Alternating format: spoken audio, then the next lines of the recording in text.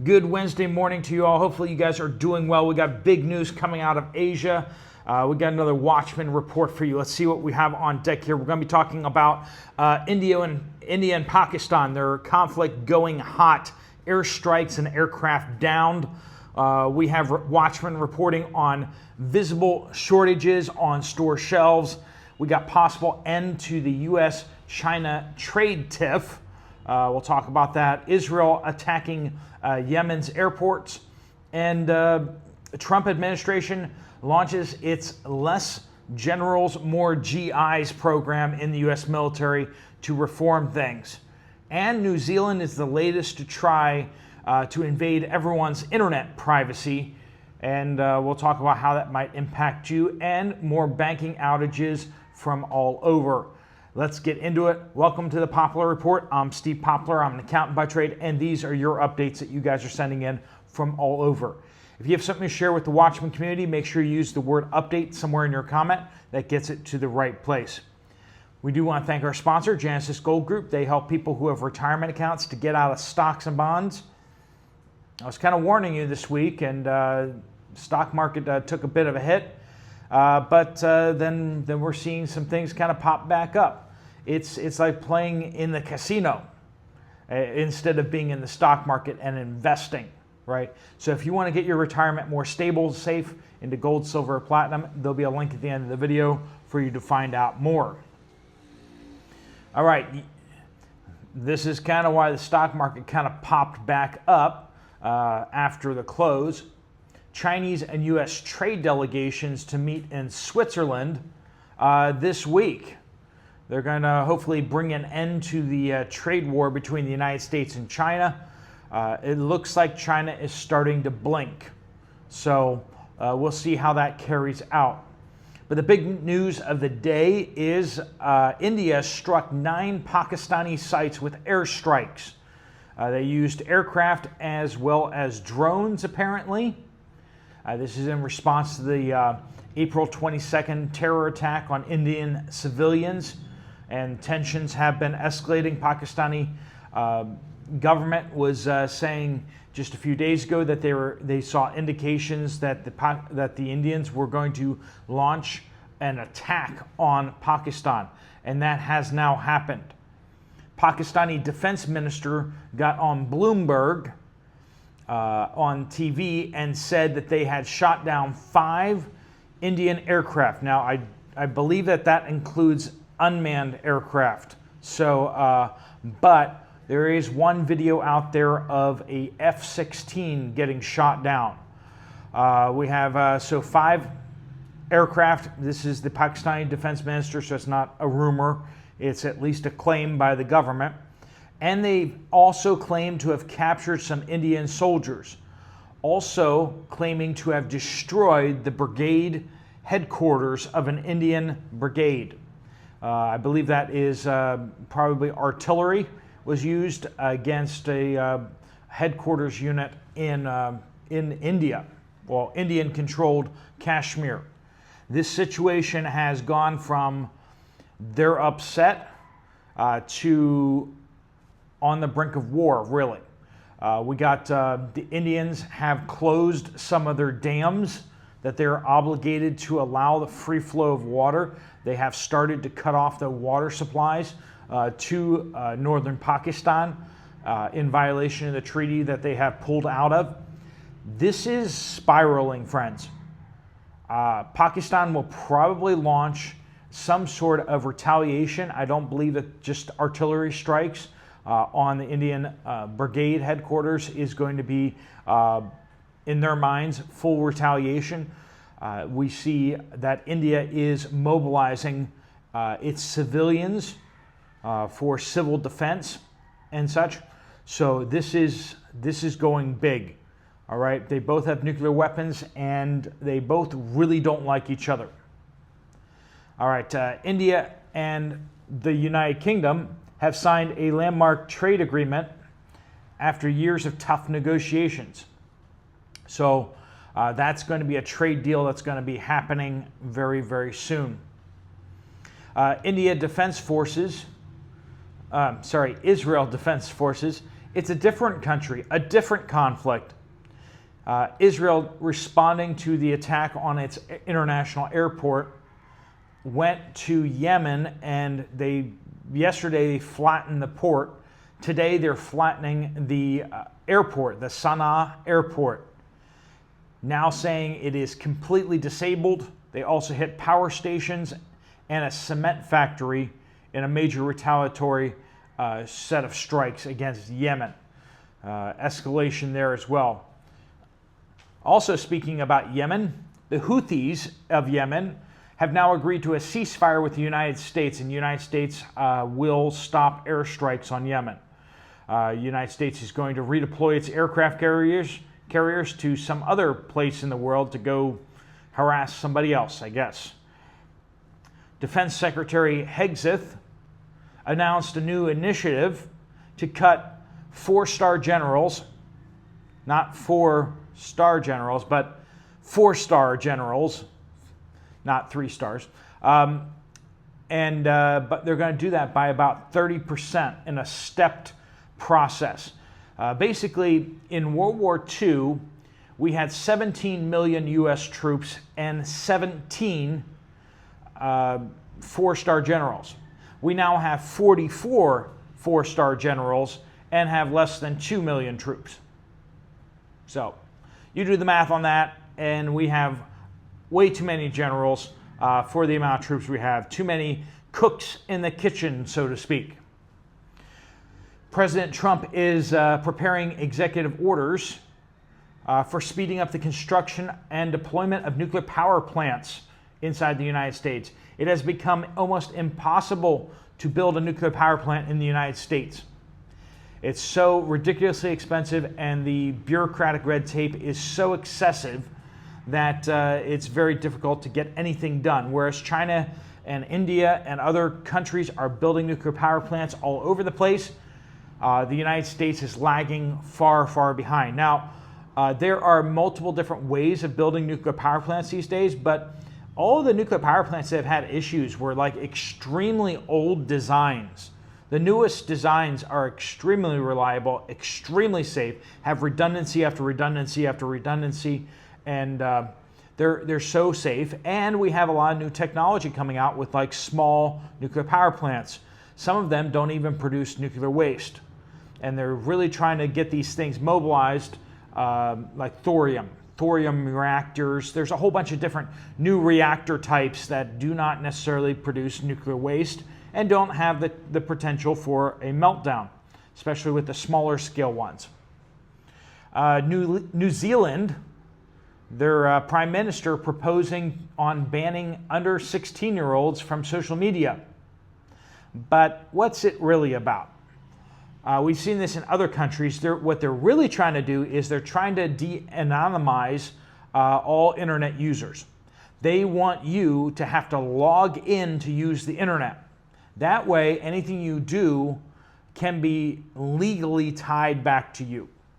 And that's the real crux of the issue, is that they want to arrest people for hate speech, but they can't be like, you posted this on your Facebook or whatever, and then you could be like, well, somebody else actually did that. My kid got on my Facebook account and did that. What they want to do is they want to positively ID people so that they can then arrest you for what you've done on the internet. So every time you log in, they want to take your biometrics, confirm that you're you, and then they can log all of that activity directly to you legally. And that's what this is really about. And it's a scary, scary thing. Joe says, North Central Indiana, went to our Save-A-Lot store twice recently, once in the evening and once Saturday morning. Both times the parking lot was very empty. This is on the poor side of town, so is almost always busy because so many people are using their EBT or food stamps cards from the government, but not lately. Kroger on both sides of town, a bit busier, but still not like normal. Kim at Giant of PA, it's not taking cards. There's an issue with using cards, though cash is still working. Some more banking issues out there. Shay says, I live in rural Missouri. You can definitely see noticeable shortages here. My daughter lives in Idaho, and she said that there are obviously noticeable shortages there too. My brother lives in Oklahoma, and he is saying the same thing. So Idaho, Missouri, and Oklahoma all showing shortages at grocery stores. Rebel Girl says, Spring Hill, Florida. We only drink community coffee, and it has gone up from $9.99 for a bag to $11.49 at Winn-Dixie. They have been running it buy one, get one free for quite some time before the price increase, so I stocked up. Stocking up is a smart thing to do. And if you put coffee in your freezer, it lasts longer, significantly longer there too.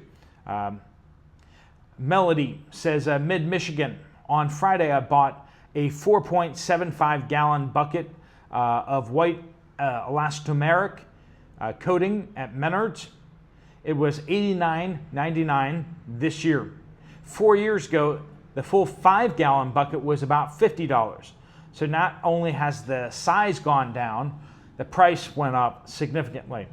While this stuff is supposed to last 10 years under normal conditions, Michigan had a very bad winter with lots of ice and high winds, so I'm being proactive to keep any leaks off my trailer house. As I can see, some places being thin. I can't imagine how much more this is going to cost soon. Prices are continuing to rise for sure. Keep stocking up, friends. It's only going to get worse.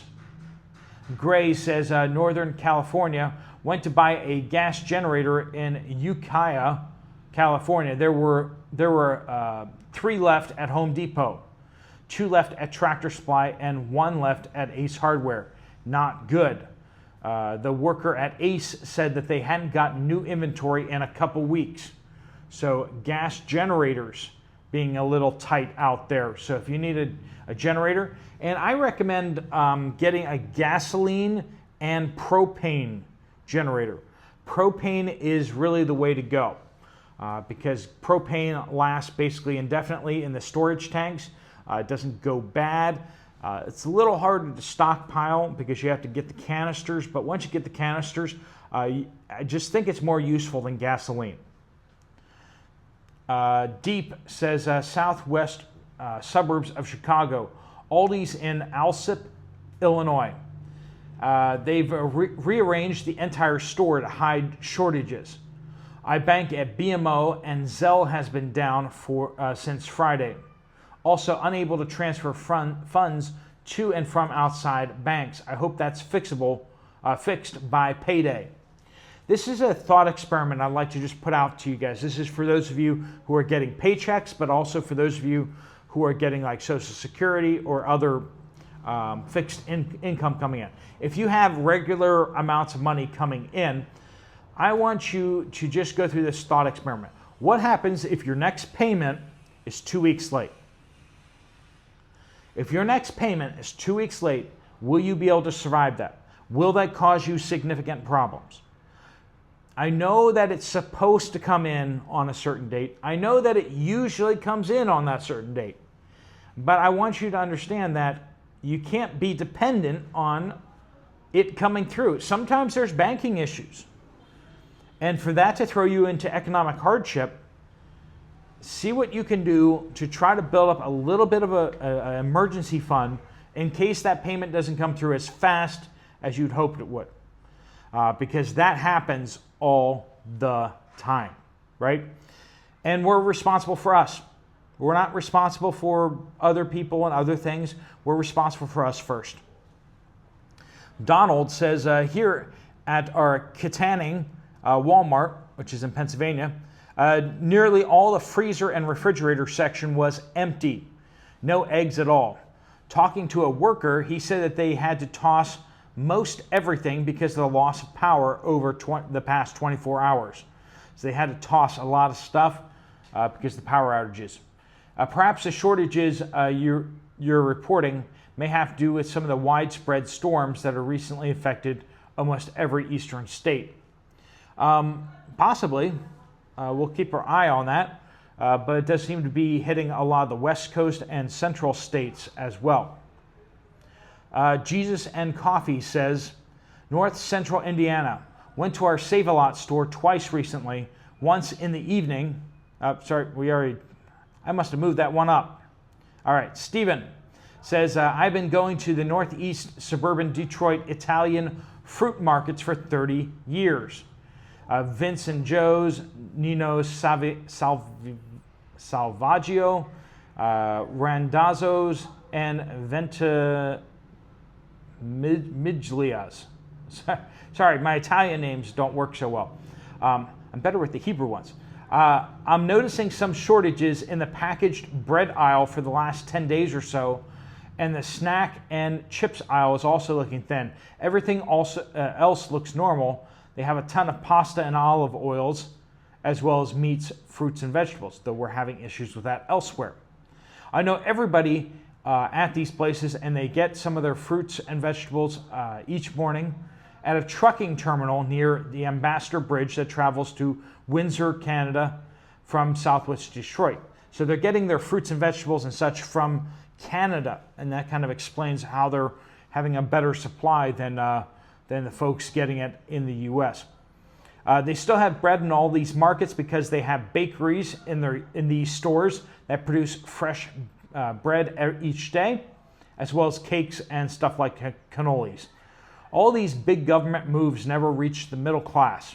All the savings end up in the 1%ers' pockets, and we will all be 135 years old collecting Social Security by the time that money trickles down to us. Well, that's quite optimistic that we'll be getting Social Security at 135 years old. Social Security, we'll be lucky if we're getting it in the next 5 years. Over here says, on Saturday, my local Stop and Shop supermarket in Maspeth, Queens, New York, computers down, cash only, no cards at all. Oh dear mama, oh dear mom says, in Northern Virginia at our commissary, that's on a military base, right? They have an aisle with about 1/3 of it dedicated for international foods that are from various countries. It was super bare. There were a few items that appeared to still be coming in, but it could be possible that those items were pre-ordered and held back. Throughout the entire store, the shelves look mostly full, except for a few gaps here and there. But inventory does look less than what it has been over the last several years that I've lived here. I imagine the stores that specialize in international foods are going to be struggling. I also noticed at my monthly Azure standard pickup, people have been ordering a lot more. People are stocking up. And there have been a lot more people who show up who are new. One person ordered so much that they had a small box truck. I am interested to see how the next month goes.